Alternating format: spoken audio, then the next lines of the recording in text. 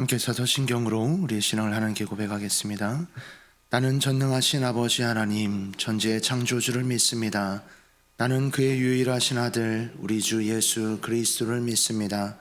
그는 성령으로 잉태되어 동정녀 마리에게서 나시고 본디오 빌라도에게 고난을 받아 십자가에 못 박혀 죽으시고 장사된 지 사흘 만에 죽은 자 가운데서 다시 살아나셨으며 하늘에 오르시어 전능하신 아버지 하나님 우편에 앉아 계시다가 거기로부터 살아있는 자와 죽은 자를 심판하러 오십니다.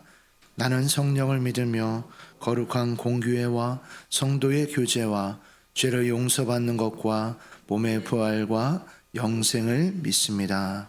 아멘.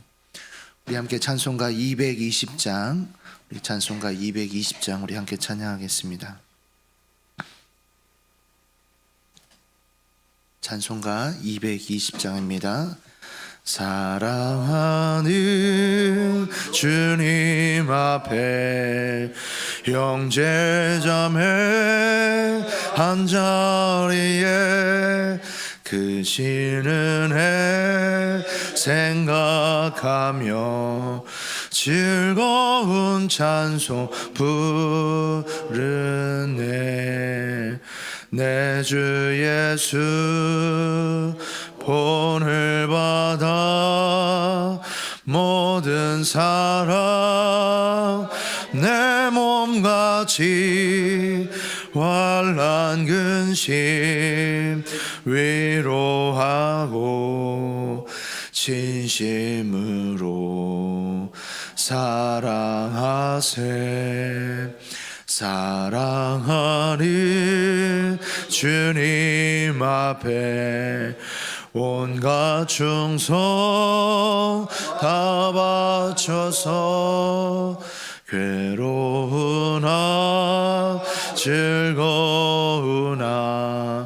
주님만 힘써서 기네.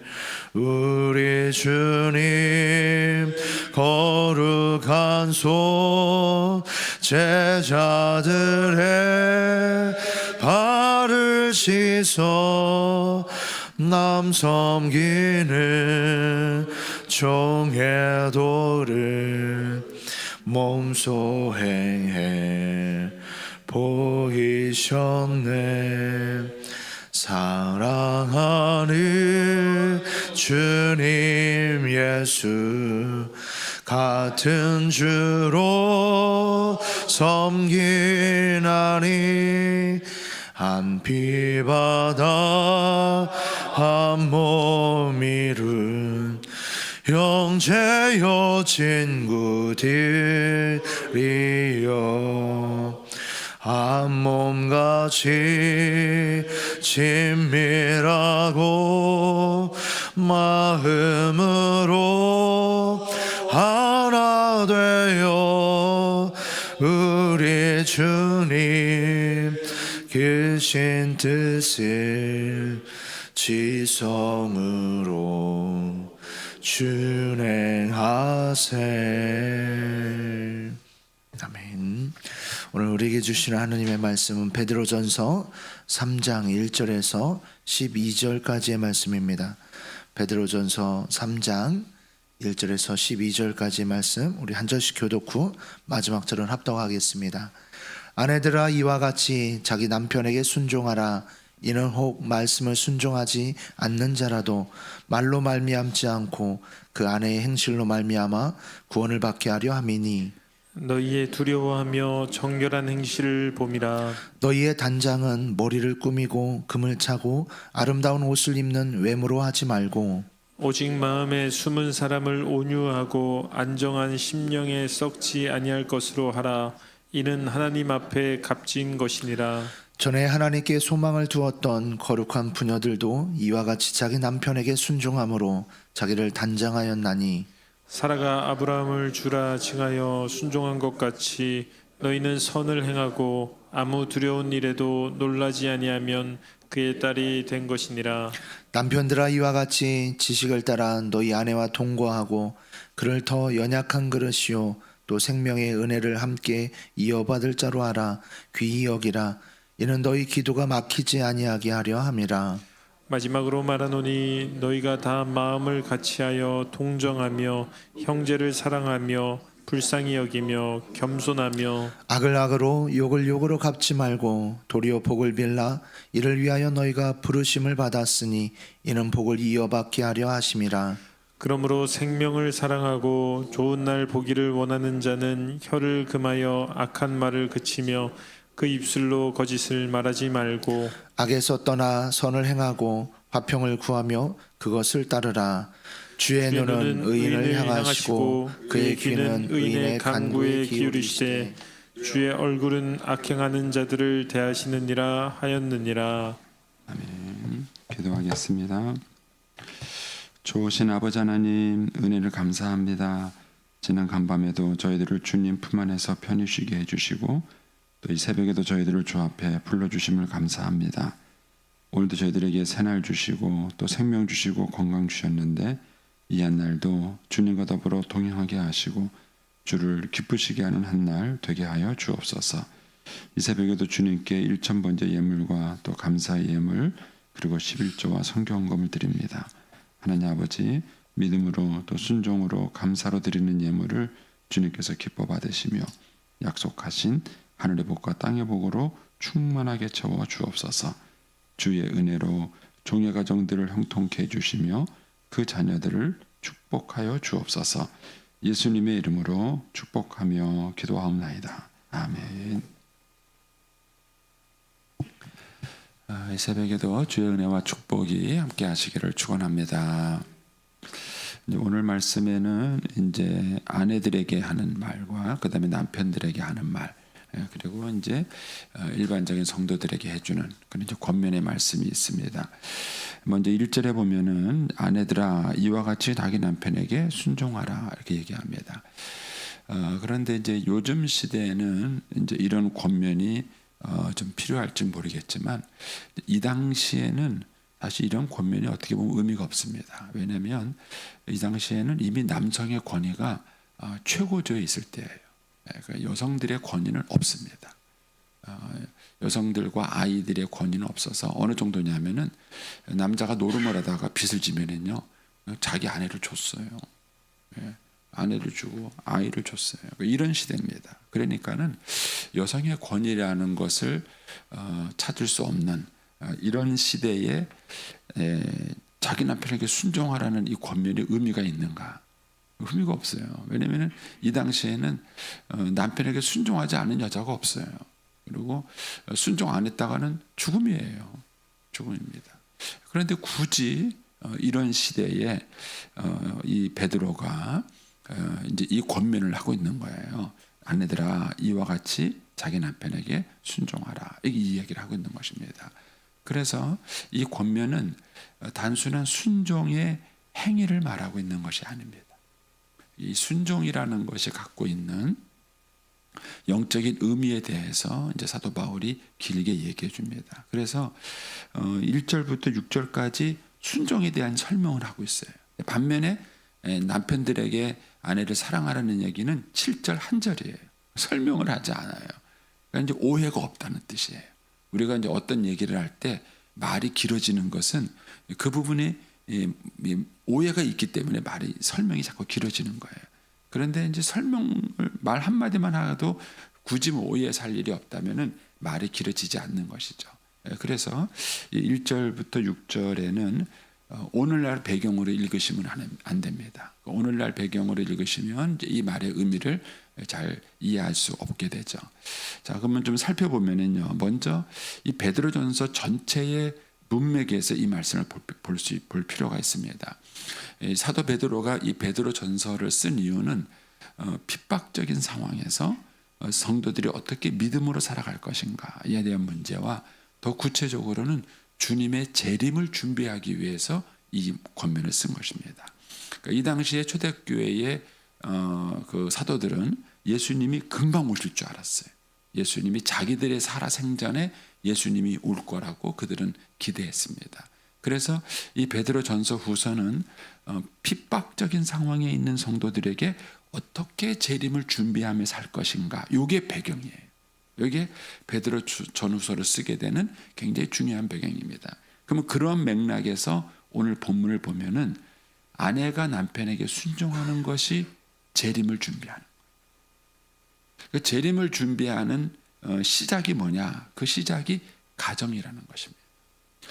저는 이제 제가 고등학교 때, 중학교 청년부 시절 때 우리나라의 말세에 대한 그 분위기가 굉장히 많았습니다. 그래서 부흥사님들도 그렇고 또 유명한 목사님들도 그렇고 말세에 대한 설교를 얼마나 많이 했는지 모릅니다. 제가 그때 다 통독을 했습니다. 뭐 다니엘서 강해부터 이 말세를 강해하면 많이 나오는 게 요한계시록 강해 뭐 시작해가지고 이 주님의 그 재림에 대한 얘기들이 그 당시에 엄청나게 많았고 저도 또 개인적으로 궁금한 거 호기심이 많아가지고 거기에 대한 책들을 많이 읽었습니다. 그런데 그 당시에 그 재림을 믿고 재림을 준비하는 신앙을 가르쳤던 목사님들의 결정적인 실수가 뭐냐면은 재림을 준비하는 사람이 삶의 터전을 떠난다는 거예요. 이것이 재림의 신앙을 준비하고 가르치는 사람의 결정적인 문제입니다. 그러나 성경은 오히려 반대입니다. 우리가 예수님의 재림을 어디서 준비할 것이냐? 맷돌 갈다가 주님 맞이하는 거예요. 예수님의 재림을 어디서 준비할 것이냐? 출근하다가 주님 만나는 거예요. 그런데 우리는 예수님의 재림을 준비하기 위해서 산에 가야 되는 줄 아는 거예요.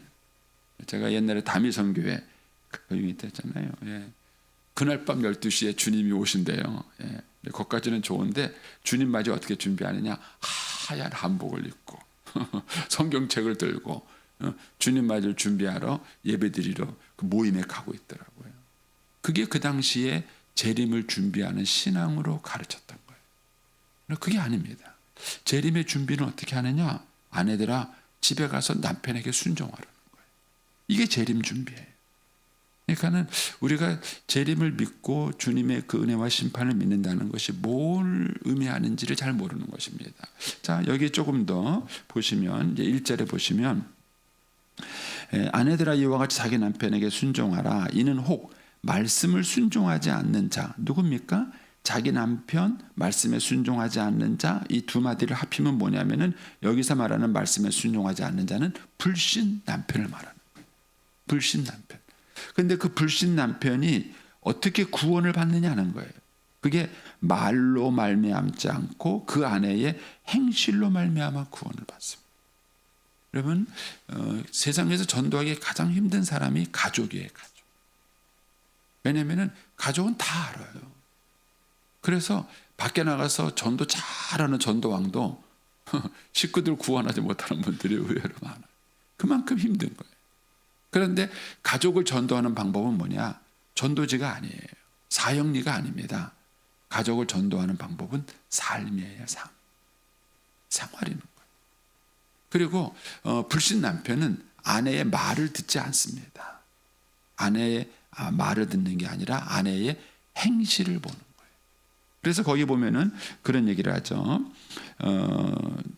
2절에 가시면 너희의 두려워하며 정결한 행실을 봄이라. 그러니까 남편은 듣고 예수 믿는 게 아니라 보고 예수 믿는 거예요. 그리고 또 이 말을 다르게 표현하면은 믿음은 눈에 보이는 거예요.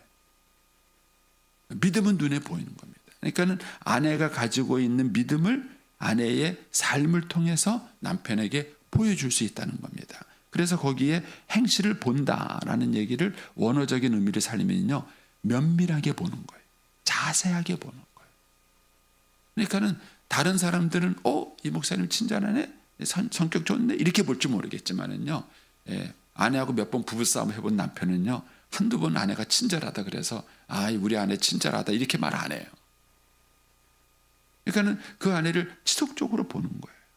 정말 달라졌는가 지속적으로 보는 것이죠. 그리고 그렇게 내린 결론이 뭐냐면은 우리 아내가 믿는 하나님이 있네 이거를 본다는 거예요.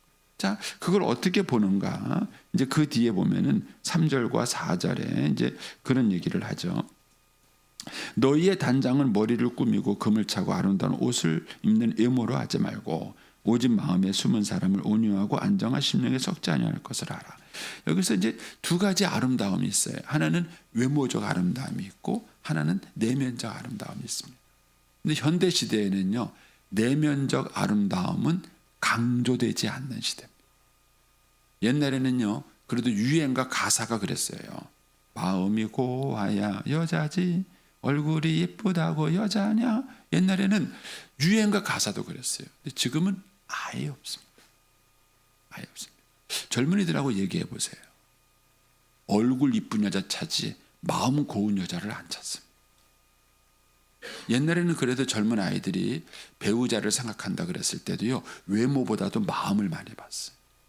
근데 요즘은요, 애들이 1순위가 키 178 이상 이런 식이에요. 예, 배우자감을 고르는데 그래도 목사님 좀 잘생겨야지요. 그래도 이쁜 여자가 좋긴 해요. 어쨌든 요즘은 외모가 너무 강조되는 시대. 그래서 어떻게 보면 안 예쁜 여자가 없어. 그렇지 않나요? 예? 저는 거리에 나가면 다 이뻐요, 여자들이. 얼마나 이게 꾸미고 뭐 이거를 잘하는지 안 예쁜 여자가 없죠. 그러니까 요즘은 뭐 외모를 관리하는 비법, 방법, 피부 관리법 뭐 이런 것들이 얼마나 많습니다. 그런데 마음을 다스리거나 관심 있게 하는 것이 없어요. 없습니다. 그러니까는 싸나워요. 요즘 젊은 아이들은 싸납습니다. 얼마나 무서운지 몰라요. 이런 면에서 우리 시대의 관심이 달라요. 그러니까는 하나님이 보는 관심과 사람들이 보는 관심이 다릅니다. 거기 보면은 4절 끝부분에 가면 이런 말씀이 있죠. 이는 하나님 앞에 값진 것이다. 그러니까 우리가 이 시대를 살아가면서 하나님 앞에 값진 것이 뭔가 하는 거예요. 그래서 우리의 젊은 아이들이 정말 믿음이 있다면 물론 외모도 가꿔야죠.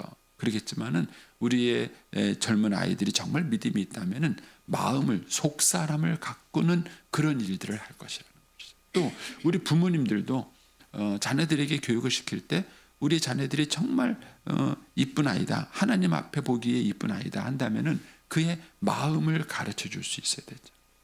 그런데 마음을 가꾸는 방법이 뭐겠느냐? 그게 남편에게 순종하는 거라. 거기서 보면은 5절에 가면 이런 말이 나오죠.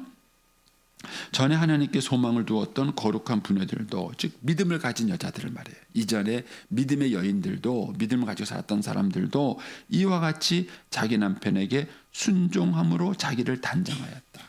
그러니까는 내면을 가르치는 방법이 뭐냐? 그게 아내들은요, 남편에게 복종하는 거예요. 그래서 제가 이제 이것을 보면서 목회를 하면서 깨달은 게 있어요. 목회를. 여자가요, 똑똑은 한데 남편을 존중하지 않는 여자는요, 싸납습니다. 그리고 아무리 많이 배워도요, 인격이 안 됐더라. 본인은 대학원까지 나왔어요. 얼마나 똑똑한지 몰라요. 그런데 남편을 전혀 순종하지 않더라. 절대 인품이 안정되어 있지 않습니다. 한번 제 말이 맞나 틀리나 여러분 주변을 관찰해 보세요. 그러니까는 남편의 권위를 존중하지 않고는 여성들의 성품을 다스리는 훈련 방법이 어렵습니다. 근데 이거는 다른 원리도 같이 통하더라고요. 여러분 아이들에게 소위 말하는 권위에 순종하는 아이를 가르치는 거예요. 맹목적인 아이를 가르치는 게 아닙니다. 맹목적인 것과 권위에 순종하는 것은 다른 문제입니다. 그런데 이 권위에 순종하는 아이들을 가르치는 면은요, 성품이 완전히. 요즘 아이들은요, 너무 권리 주장이 강해요. 자기의 권리가 요만큼이라도 손해보면요, 절대로 양보하지 않습니다. 어렸을 때부터 그렇게 훈련받았어요. 그래서 요즘 아이들이 절대적으로 부족한 게 뭐냐면 성품이 약합니다. 성품이. 착한 아이, 소위 말하는 착한 아이를 찾아보기가 어려운 거예요. 이것이 요즘 우리 시대의 문화요, 트렌드입니다. 문화의 트렌드입니다.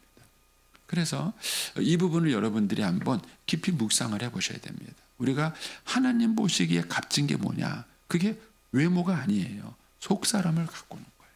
그런데 그 속 사람을 가꾸는 방법이 뭐냐? 사실은 권위 문제를 어떻게 대하느냐. 가정에서는 부모님, 우리 아이들에게는 아빠, 가정에서는 아빠를 어떻게 대하는가. 그리고 사회에서, 학교 가서는 선생님을 어떻게 대하는가. 사회에 나와서는 그 질서와 권위를 어떻게 대하는가. 이런 것들이 그들의 영성 생활에 굉장히 중요한 역할을 하는 것이고 그게 곧 우리의 믿음인 것이죠. 그래서 아내가 남편에게 순종하는 것은 이 당시 제도에 의하면은요, 순종하지 않으면 죽은 거예요. 우리나라의 연료 사건 아시죠? 연료가 왜 연료가 됐는지 아십니까? 연료가 되지 않을 수밖에 없는 사회적 구조를 만들었어요. 연료가 만약에 아내가 그 남편이 죽었는데 아내가 재혼을 하잖아요. 그러면 그 자녀는요, 과거에 응시할 수 없습니다. 과거에 응시하지 못한다는 얘기는요, 그 당시에서는 아들 인생 끝난 거예요. 아들 인생 끝난 거예요. 그래서 자식을 위해서라도 그냥 과부로 살아야 되는 거예요. 그거를 유교시에서는 뭐라 하냐면 연료라고 가르쳤어요. 연료라고. 그거는 강요된 순종이에요. 강요된 순종이에요. 사실은 성경에서는 그렇게 말하고 있는 것이 아닙니다. 성경에서는 우리가 하나님을 향한 우리의 믿음 때문에. 그래서 여기서 중요한 원리가 뭐냐면은 1절로 가보세요. 1절에 가시면 아내들아 이와 같이라는 말이 나와요. 이와 같이. 그리고 5절로 가보세요. 5절에다 가면은 전에 하나님께 소망을 두었던 거룩한 분들도 이와 같이 이렇게 말해요. 그 이와 같이가 뭡니까? 2장에 나와 있는 예수님의 삶을 말하는 거예요.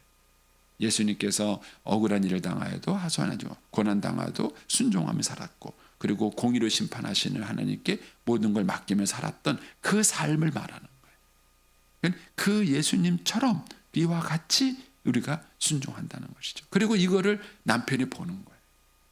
남편이 보고는 남편이 아내가 믿는 그 하나님에 대해서 호기심과 관심을 갖게 되는 것이죠. 어떻게 저럴 수 있을까? 그러면서 그것이 남편이 예수를 믿게 되는 이유가 된다라고 이제 설명을 하고 있는 것입니다. 그러면서 6절에 가서 사라가 아브라함을 주라 칭하여 순종한 것 같이 너희는 선을 행하고 아무 두려운 일에도 놀라지 아니하면 그의 딸이 된다 그랬습니다. 그래서 아내가 남편에게 순종하는 것, 그것은 결코 쉬운 일은 아니고, 그리고 그것이 곧 믿음의 한 모습이다라고 이제 얘기를 해주고 있습니다. 자, 7절로 가보겠습니다. 남편들아, 그리고 뭐라 같이 말합니까? 이와 같이. 똑같아요. 이와 같이. 그래서 남편이 아내를 사랑하는 건 쉬운 일인 것 같지만 안 쉽습니다. 안 쉽습니다. 그런데 남편이 아내를 사랑하기 위해서도 뭐가 필요하냐면은 이와 같이가 필요한 거예요. 그 이와 같이가 뭐라고요? 예수님께서 부당한 일을 당하고 억울한 일을 당해도 그것을 참고 공의로 부탁하신 하나님을 믿고 의지하며 순종했던 그거와 똑같다는 거예요.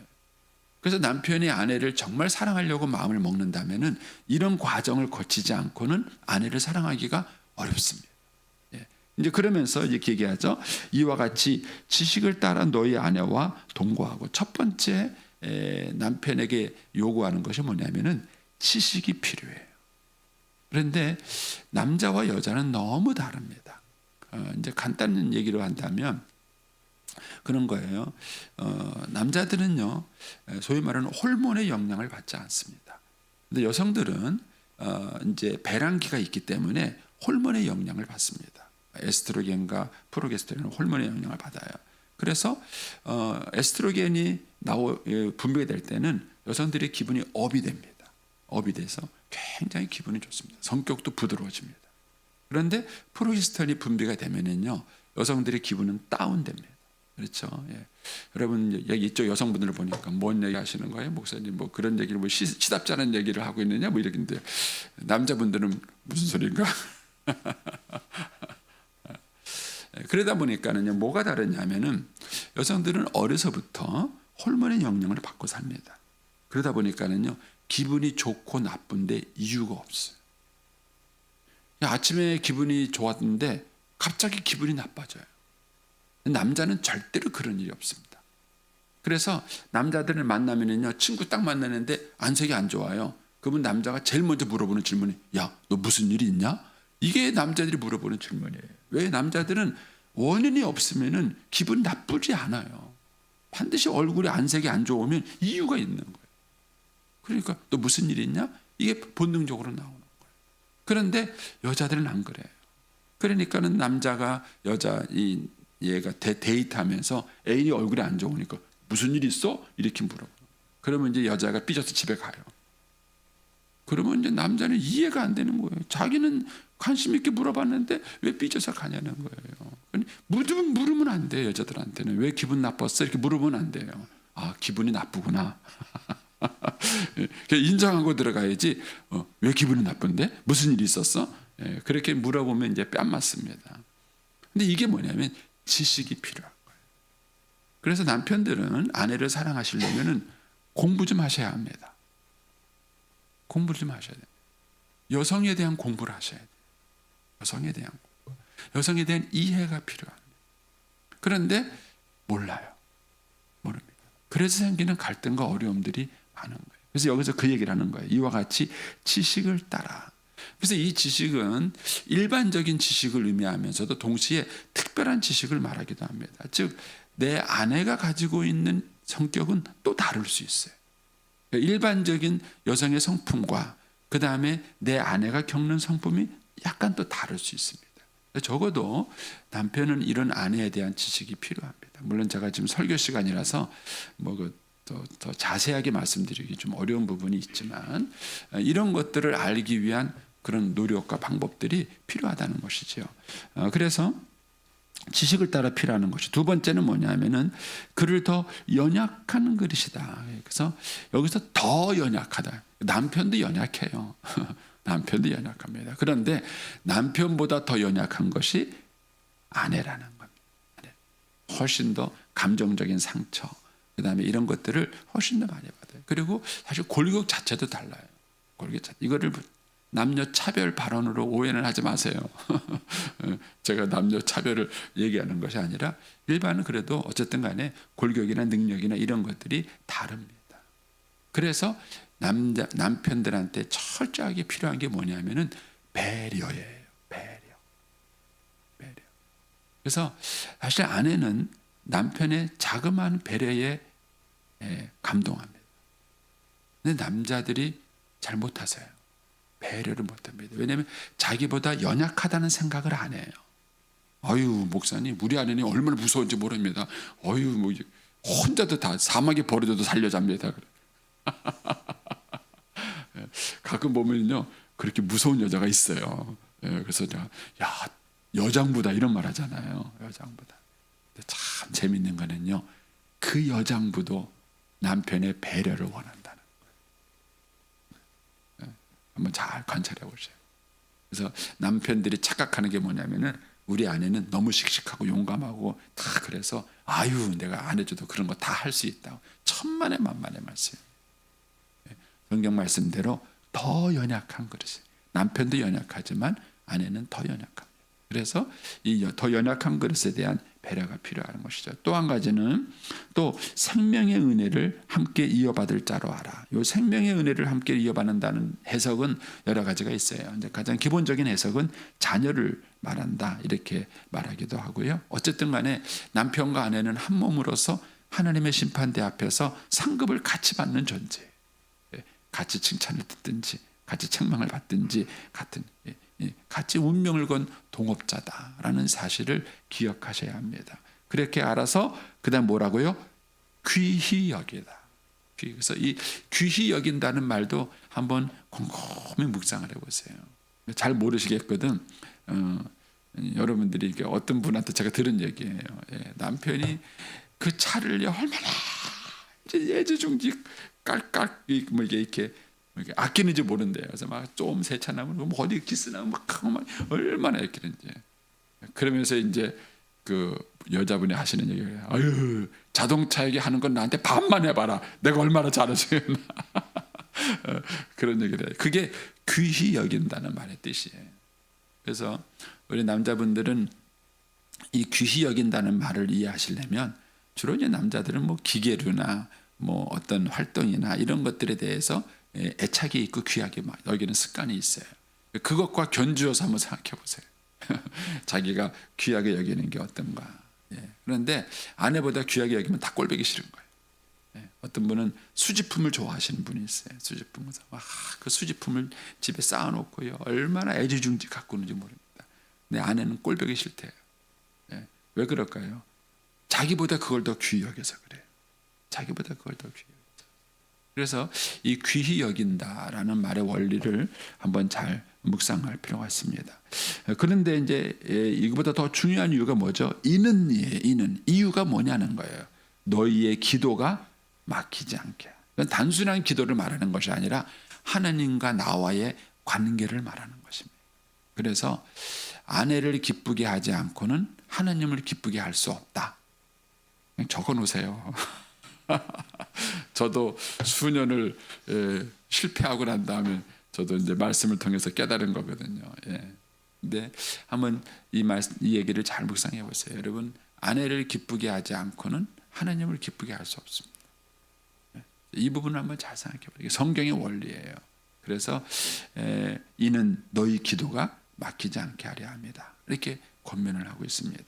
자, 그러면서 이제 8절에 이제 마지막으로 말하노니 너희가 다 마음을 같이하여, 그 동사만 주의 깊게 보더라도 좋습니다. 동정하고 형제 사랑하고 불쌍히 여기고 겸손하고 또 악을 악으로 욕을 갚지 말고 도리어 복을 빌어주고, 그 다음에 그 10절에 가서는 혀를 금하고 악한 말을 그치고 입술로 거짓말하지 말고 악에서 떠나고 선을 행하고 화평을 구하고. 다 뭐 어려운 말들이 아니니까 여러분들이 묵상을 해보시면 됩니다. 그런데 이제 관심을 가질 것은 뭐냐면 이 베드로가 이 권면을 하면서 우리로 하여금 주님의 재림을 준비하고 하나님의 심판대 앞에서 선을 준비하는 건데, 이게 업적이 아니라 관계라는 걸 기억하세요. 8절부터 12절까지에 나온 일 중에서 업적은 한 개도 없어요. 무슨 건물을 짓고 무슨 프로젝트를 실행하고 뭘 완성하고 이게 한마디도 없어요. 오로지 뭘 권하냐면 관계의 문제입니다. 다 관계의 문제를 얘기합니다. 그래서 관계가 우리의 믿음을 테스트해보는 그런 장이 되기도 하고요. 바로 그 관계가 우리가 하나님 앞에 섰을 때에 상급을 받게 되는 중요한 내용인 것입니다. 이런 면에서 우리의 믿음이 어디서 나타나는가를 한번 여러분들이 좀 잘 묵상을 해보시면 좋겠습니다. 네, 기도하겠습니다.